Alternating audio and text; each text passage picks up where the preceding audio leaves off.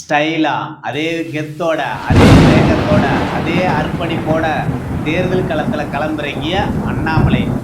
பிரதமர் மோடியின் பயணத்தின் போது பட்டியலில் தான் பேர் இல்ல, வேட்பாளர் பட்டியலையாச்சும் அண்ணாமலை பேர் இருக்குமான்னு பத்திரிகையாளர் கேட்க, நம்ம நயினார் வித்தியாசமா ஒரு பதில் சொல்லியிருக்கிறாரு.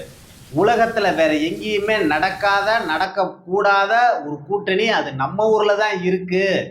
நான் பவரை நோக்கிலாம் என்னோட பயணம் இல்லை, என்னோட நோக்கம் வேறன்னு சொல்லி வானதி அக்கா சமூக வலைதளத்துல பதிவிட்டிருக்காங்க. வேட்பாளர் தாமதத்திற்கு யார் காரணம்? இறுதி நேரத்தில் மோடி சொல்லி அனுப்பிய தகவல். அதிர்ஷ்டம் தரும் அளவு ஏற்றம் வேறு எதுவுமே இருக்க முடியாது. இது யாருக்கு பொருந்தும்? இதை பத்தி தான் இந்த வீடியோவில் பார்க்க போறோம். அதற்கு முன்பாக நமது சேனலை சப்ஸ்கிரைப் செய்து கொள்ளுங்கள். வீடியோவை தொடர்ந்து முழுமையாக பாருங்கள். அன்பு தமிழ் நெஞ்சங்களுக்கு அன்பு வணக்கம்.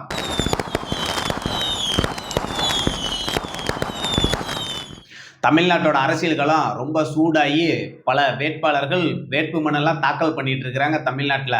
ஆனால் இந்த பாஜகவில் வேட்பாளர் பட்டியலே இன்னும் வெளிவராமல் இருக்குது. இன்னும் வேட்புமனு தாக்கல் பண்ணுறதுக்கு 3 நாள் தான் இருக்குது. ஆனால் இன்னமும் பட்டியல் இறுதி செய்கிறோன்னு சொல்லி தமிழ்நாட்டில் டெல்லியில் என்ன பண்ணுறாங்களோ தெரியல. இந்த தாமதத்துக்கெல்லாம் என்ன காரணமாக இருக்கும்? இது யாரால தாமதமாகுதுன்னு நம்மளுக்கு பல வெகுஜன மக்களுக்கு எல்லாமே மிகப்பெரிய கேள்வி இருக்கும். இந்த தாமதத்துக்கு எல்லாமே தமிழ்நாட்டோட பாஜக காரங்க தான் மிக முக்கியமான காரணம். வேட்பாளர்கள் தேர்வு நேற்று அமித்ஷா மோடி முன்னிலையில பியூஷ் கோயல் அவர்கள் டெல்லியில செஞ்சாராமா. அப்போ பியூஷ் கோயல் அவர்கள் ஒரு சிலரோட பேரெல்லாம் சொல்லி இவங்களுக்கு இந்த தொகுதின்னு சொல்லி சொன்னதாகவும், இவங்கெல்லாம் இங்க நின்னாங்களா கண்டிப்பா ஜெயிப்பாங்க அப்படின்னு சொல்லி பியூஷ் கோயல் சொன்னாராமா. அதுல குறிப்பா வானதி, எல் முருகன், நயினாரு, தமிழிசை இவங்க பேரெல்லாம் பியூஷ் கோயல் சொல்லியிருக்காரு. அதுக்கு மோடி ஒரு ரிப்ளை கொடுத்தாராமா பியூஷ் கோயல் கிட்ட. ஏங்க, திமுக அரசு மீது உண்மையாலுமே அதிருப்தி இருக்குதுன்னா அங்க இந்த வேட்பாளர் நின்னாதான் ஜெயிக்க முடியுமா என்ன? யாரு இருந்தாலுமே ஜெயிக்கலாமேன்னு சொல்லி பியூஷ் கோயல மோடி ஒரு கேள்வி கேட்டு அதிர விட்டுருக்கிறாரு. இதெல்லாம் பார்க்கும்போதுதான் நிச்சயமா இவங்களுக்கு எல்லாம் அடுத்தது சீட்டு இருக்கா இல்லையாங்கிறது ஒரு தாமதம் ஆகிறதுக்கு ஒரு காரணமா கூட இருக்கலாம். அது மட்டும் இல்லாம இந்த 27 வேட்பாளர்ல 21 பேர் புதுமுகத்தை களமிறக்குங்கன்னு சொல்லி மோடியே சொல்லியிருக்காரம்மா. இதனாலதான் இந்த லேட் ஆகுதோங்கிற ஒரு சந்தேகம் நமக்கு வந்திருக்குது. டெல்லியில பேசியிருக்காங்க, பண்ணியிருக்காங்க. ஏன்னா கேரளாவில் பாஜக கூட இன்னைக்கு பல இளைஞர்களை களமிறக்கி அங்க ஒரு மிகப்பெரிய அரசியல் புரட்சியை மோடி ஏற்படுத்திட்டு இருக்கிறாரு. அதே ஸ்டைல்ல தமிழ்நாட்டிலே களமிறக்கணும்னு சொல்லி மோடியே நினைச்சிருக்காரு. மோடியே பியூஷ் கோயல் கிட்டே சொல்லியிருக்கிறாரு. பியூஷ் கோயல் வேற இன்னைக்கு சாயந்தரம் தமிழ்நாடு வராராமா. அநேகமா அப்ப வேட்பாளர் பட்டியல் வெளிவருமா அல்லது நாளை வெளிவருமாங்கிறதே நமக்கு தெரியாது. ஆனா இந்த தாமதத்துக்கு காரணம் இதுங்கிறத தான் பேசிக்கிறாங்க.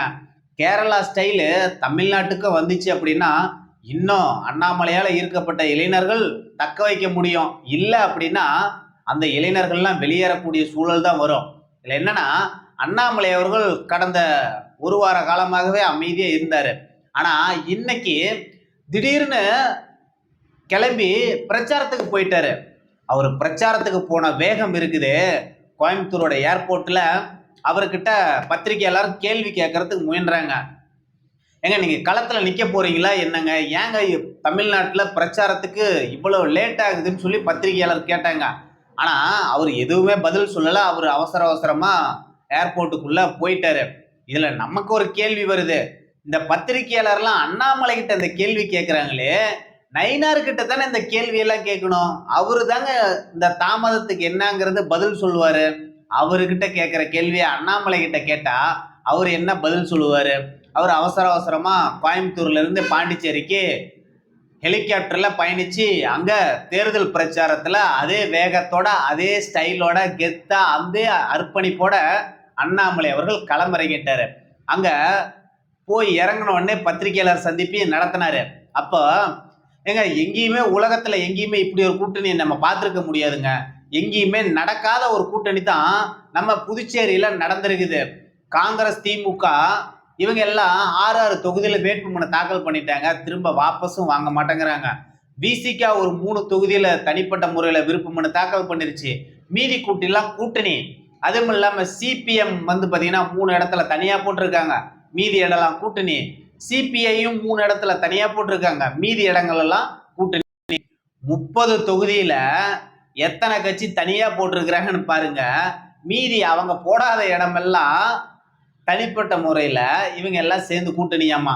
இப்படி ஒரு இந்தி கூட்டணி உலகத்துல எங்கேயுமே நடக்காதுங்க, அது இங்கதான் நடக்குன்னு சொல்லி அண்ணாமலை அவர்கள் எதிர்கட்சிகளை விமர்சனத்தோட தான் பிரச்சாரத்துக்கே அவர் கிளம்பி இருக்கிறாரு. அங்க பிரச்சாரத்துக்கு போன உடனே அந்த வேட்பாளரை பத்தி அழகா அற்புதமா அவருக்கே உரிய ஸ்டைல்ல பேசுறாரு. அண்ணாமலை அவர்கள் எங்கதான் இந்த தகவல் எல்லாம் திரட்டுறாங்களோ தெரியல. அவர் தனி மனிதனுடைய வாழ்க்கை குறிப்பு உட்பட அண்ணாமலை அவர்கள் தெரிஞ்சு வச்சுக்கிட்டு தான் மேடை ஏறாருங்கிறத நம்ம பார்க்க முடியுது. அது மட்டும் இல்லாம அவரை பத்தின விஷயங்கள் எல்லாம் பேசி பாஜக அரசாங்கத்தினுடைய செயல்பாடுகள் எல்லாம் பேசிட்டு அந்த வேட்பாளரை ஆதரிச்சு அண்ணாமலை அவர்கள் ரோடு ஷோ பிரச்சாரம் செஞ்சாரு. அங்க நம்ம கூட பல நிகழ்வுகள் பார்த்தோம், நீங்களும் பார்த்துருக்கலாம். ரோட்ல எவ்வளவோ பேர் பைக்கில் போறவங்க எல்லாம் நிறுத்திட்டு இறங்கி ஓடி வந்து அண்ணாமலை கிட்ட கை கொடுக்கிற நிகழ்வுகளா இருக்கட்டும், பல இளம் பெண்கள் எல்லாம் தேடி வந்து அண்ணா அண்ணான்னு கத்துற நிகழ்வுகளா இருக்கட்டும், இதெல்லாம் பார்க்கறதுக்கு அண்ணாமலை நிச்சயமா மக்கள் மத்தியில மிகப்பெரிய ஒரு தாக்கத்தையே ஏற்படுத்தி இருக்கிறாருன்னு தான் நம்ம சொல்லணும். ஏன்னா அப்படிதான் பாண்டிச்சேரியில அண்ணாமலைக்கு மிகப்பெரிய வரவேற்பு அங்க கிடைச்சிட்டு இருக்குது. இன்னைக்கு 3-4 இடத்துல அண்ணாமலை அவர்கள் பிரச்சாரம் செய்ய போறாரு. ஏன்னா இது ஏற்கனவே முடிவான ஒண்ணுதான். அதை பொறுத்து தான் அண்ணாமலை அவர்கள் அங்க மிகப்பெரிய ஆதரவா வேட்பாளருக்கு இருக்காரு. அவங்களுக்கு தெரிஞ்சிருக்குது போல, அண்ணாமலை இங்க வந்தாதான் அண்ணாமலையோட நம்ம வெற்றி பெற முடியும்னு பாண்டிச்சேரியில் இருக்கிற வேட்பாளர்களுக்கெல்லாம் தெரியுது. அது என்னவோ நம்மூர் தலைவர்களுக்கெல்லாம் இதெல்லாம் தெரியாத போயிருச்சாட்டுங்குது. நம்ம வானதி அக்கா இன்னைக்கு பரபரப்பா ஒரு செய்தியை பதிவிட்டு இருக்கிறாங்க. என்னோட பயணம் எல்லாம் பவரை நோக்கிலாம் இல்லைங்க, என்னோட நோக்கம் வேறங்க, நான் மக்கள் சேவையில தான் என்னுடைய பிரதான நோக்கம் இருக்குதுன்னுலாம் அக்கா பதிவிட்டு இருக்கிறாங்க. அக்கா, நீங்க மக்கள் சேவையில தான் பிரதானம் அப்படின்னா ஏன் தேர்தல் களத்தில் நீங்க இருக்கணும்? மக்கள் சேவை செய்யறதுக்கு தேர்தல் களத்தில் இருக்கணுமா, அல்லது ஒரு கட்சியில பயணிச்சு தான் நீங்க மக்கள் சேவை செய்யணுமா? உங்களோட நோக்கம் என்னங்கிறது நம்ம சொல்லி தெரிய வேண்டியதில்லை. உங்க கட்சி பாஜக தொண்டர்களே இன்னைக்கு சமூக வலைதளங்கள்ல எழுதிட்டு இருக்கிறாங்க. அதை பார்த்தாவே தெரியுது உங்களோட நோக்கம் என்னங்கிறது.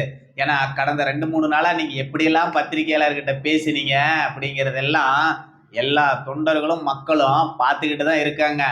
இதெல்லாம் உங்களோட பாச்சா இன்னைக்கு இருக்கிற காலத்துல எதுவும் பலிக்காது. ஒரு மனுஷனுக்கு அதிர்ஷ்டம் தரும் ஏற்றம் யாருக்கு இருக்குதோ இல்லையோ, அந்த அதிர்ஷ்டம் கொடுத்துச்சுன்னா கூரைய மேய்ச்சிருந்த கூரையெல்லாம் பிரிச்சுட்டு கொட்டுன்னு சொல்லி சொல்லுவாங்க. அந்த மாதிரி தான் சூப்பர் ஸ்டாருக்கு ஒரு அதிர்ஷ்டம் இருந்துச்சு. கலைஞர் கருணாநிதி திமுக வசம் பண்றதுக்கு ஒரு அதிர்ஷ்டம் இருந்துச்சு. அப்படின்னா அவங்க அதிர்ஷ்டத்தால மட்டும் அந்த இடத்துல போல, அவங்களுடைய உழைப்பும் இருந்துச்சு, மிகப்பெரிய முயற்சியும் இருந்துச்சு. அதனாலதான் என்னவோ அவங்கெல்லாம் அந்த இடத்த பிடிச்சாங்க. ஆனா நம்ம எல் முருகன் இருக்காரு, அவருக்கு என்ன அதிர்ஷ்டமோ தெரியல.